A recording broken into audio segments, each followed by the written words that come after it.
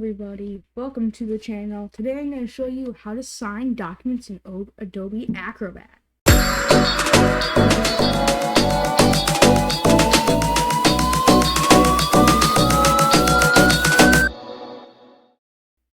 Okay, first you want to click this pen icon,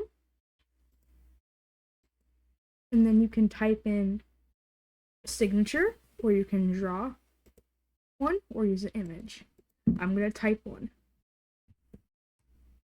Sub. Hit apply, and then you can scroll through your document, click, and you can sign your document. You can also resize it using the handle and using these buttons. And you can check mark.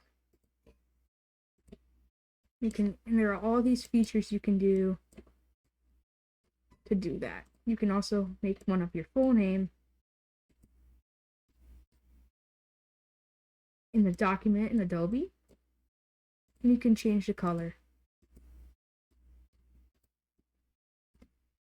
Well, there you have it. That's a very quick and easy way to sign a document in Adobe Acrobat.